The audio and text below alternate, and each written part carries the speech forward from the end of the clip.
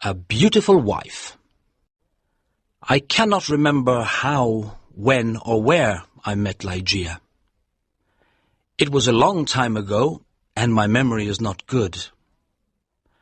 But I think I met her first in a large old city near the Rhine in Germany. She told me that she came from an ancient family. But I never knew the family name of the woman who was my friend, my partner in my studies, and finally my wife. Why did I never discover her family name? Perhaps because she did not want me to find out. But I cannot remember. I remember one thing very well. Ligeia was tall and slim. Later, at the end, she became very thin. How can I describe her quiet, aristocratic movements or the strange softness of her footsteps? If she came into my office, I only knew she was there when I heard her voice, or when she put her white hand on my shoulder. She had a beautiful face, but it was not a classical kind of beauty. There was something strange about it. I have often tried to understand it. Was it her pure white skin or her thick black hair? I looked at her long, delicate nose many times. It was perfect. I looked at her sweet mouth. How soft and red it was. And when she smiled, her teeth were white. Then I looked into her eyes. They were much bigger than normal eyes. Sometimes, when she was excited, they looked like a deer's eyes. They were black, with long black eyelashes and black eyebrows. But as I looked into them, I realized that they had a strange expression. I thought about it for many hours, sometimes all night. What was the expression in those eyes? I wanted to know. Many times I thought I almost had the answer, but then it was gone. Ligeia was very determined. She was always calm and quiet, but her determination showed in her eyes. It shone like a terrible energy, and sometimes it frightened me. Ligeia was very clever. She was excellent at Latin and Greek, and she knew many other languages perfectly. She never made a mistake. She was also a student of science and mathematics. When we were first married, I often asked her for help with my studies, and we worked together. But after she died, I was alone. Without her, I was like a child in the dark. When she first became ill, she did not come to help me as often as before. She lost weight, and her skin became pale and transparent. When I saw that she was dying, I felt desperate. Ligeia resisted death with all her energy. She was determined to live. I watched in agony as she fought for life. I knew she loved me, but I only understood how much she loved me now that she was dying. She held my hands and said that she was devoted to me. I cannot talk about it now, but let me say that her love for me was part of her determination to live. On the night she died, she suddenly got out of bed and cried, "Oh God, must I die? Must I lose my fight with death? No, I can't die like this." But my dear Ligeia died. I was so sad I could not stay in the old city by the Rhine. For a few months I travelled around, then I bought an old abbey in an isolated part of England. This dark, sad place expressed my feelings of loneliness. But I decorated it with beautifully coloured curtains, carpets, and ornaments. I said to myself, perhaps the bright colours will make me feel happier. Unfortunately, they did not.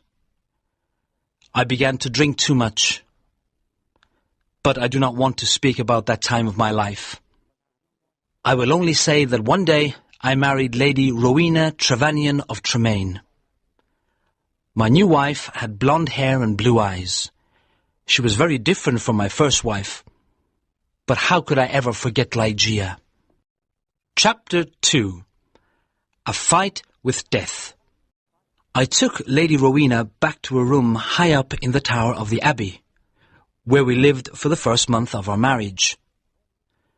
The room was very large, with an enormous window made of glass from Venice. The ceiling was high, like a church, and in the centre there was a big gold chandelier. There were sofas from the east and an Indian bed. On the walls were long tapestries, like carpets, with designs made of gold. The tapestries moved every time the wind blew. My wife was afraid of me because I was often sad and depressed. She did not love me much and stayed away from me, but I preferred this. I always thought about Ligeia, my beautiful Ligeia, dead in the tomb. Sometimes in my dreams I called to her in the night. I imagined that perhaps my love for her could bring her back to me. At the beginning of the second month, Lady Rowena became ill. She did not sleep very well, and told me she could hear sounds and movements in the tower. "You have a fever," I said. "You're imagining things." She got better, but then she went back to bed with a second illness, worse than the first. The doctors could not understand it. Again, Rowena began to hear little sounds and movements in the bedroom, and they frightened her. One night, at the end of September, she woke up suddenly. I was sitting on a sofa by her bed. She whispered to me that she could hear sounds and see movements, and there was a frightened expression on her thin face. But I saw and heard nothing. "It's the wind," I explained. "You can see the tapestries moving in the wind." But her face was white with fear, and she nearly fainted. I remembered that there was some wine on the table on the other side of the room. As I walked under the light of the chandelier, a strange thing happened. I felt something invisible pass me, and on the carpet I saw a shadow, almost the shadow of a shadow. I decided to say nothing to Rowena. I poured out a glass of wine and gave it to her. Then I sat on the sofa and watched her. After some moments, I heard very quiet footsteps on the carpet coming towards the bed. A second later, as Rowena was about to drink the wine, I saw, or perhaps I dreamed that I saw, 3 or 4 large drops of a bright red liquid fall into the glass. Rowena did not see it. She drank the wine, and I said nothing because I thought it was only my imagination. After this, Rowena's health got much worse, and on the third night she died. Her servants prepared her for the tomb, then covered her with a sheet. The next night I sat alone with her body in the bedroom. Strange forms and shadows moved around me. I looked nervously into the dark corners at the moving tapestries, and I felt frightened. Then I looked at the carpet under the chandelier. There was no shadow there, and I felt better. When I looked at Rowena on the bed, sad memories of Ligeia, the only woman I ever loved, came back to me. It was perhaps around midnight when I heard a sound. It was quiet but clear, and it woke me from my dreams. I thought it came from the bed. I listened in terror, but I did not hear it again. I looked carefully at Rowena for any sign of life. She was not moving, but I continued to look at her. Minutes passed. Then I noticed a little colour in Rowena's face. My heart stopped in horror. I could not move.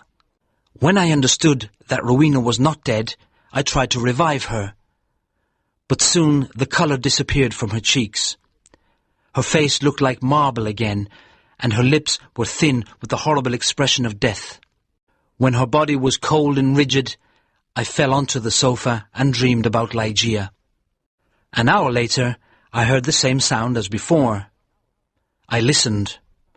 Yes, there it was again, a sigh from the bed. I ran over and saw clearly that her lips were trembling. Then they opened, showing her bright teeth. I thought I was going mad. There was a pink colour on her cheeks and neck. Her body was getting warm again, and her heart was beating a little. Lady Rowena was alive. I did everything I could to revive her. Then, suddenly, her colour disappeared. Her heart stopped, and her body became cold and rigid. I sat down and began to think about Ligeia again. Then again, for the third time, there was a sound from the bed. But why must I describe the horrors of that night? Again, I tried to revive Rowena, and then a fourth time. Each time, she seemed to fight with an invisible force. And each time, her body changed. I cannot say how, but she looked different. It was nearly dawn when she moved again. I was sitting on the sofa, exhausted, but Rowena's body moved with more energy than before. Her colour returned, signs of life changed her face. Her eyes were closed, but she looked alive. Then she suddenly got out of bed and walked slowly to the centre of the room, like she was walking in her sleep. I did not tremble. I did not move. I was as cold and still as stone, paralysed by what I saw. As I looked at her, my head filled with wild thoughts. Was Rowena really alive? Could I really see her blonde hair and blue eyes? Why wasn't I certain? I could not see her mouth very well, but her cheeks were like pink roses. Weren't they Rowena's cheeks? But wasn't she taller than before? I was filled with a kind of madness. I ran to her, but she moved away. Then I saw her long hair moving in the wind. It was blacker than the black of midnight. And now, slowly, her eyes opened. I shouted like a madman, "These are the black eyes of my lost love, the eyes of Ligeia."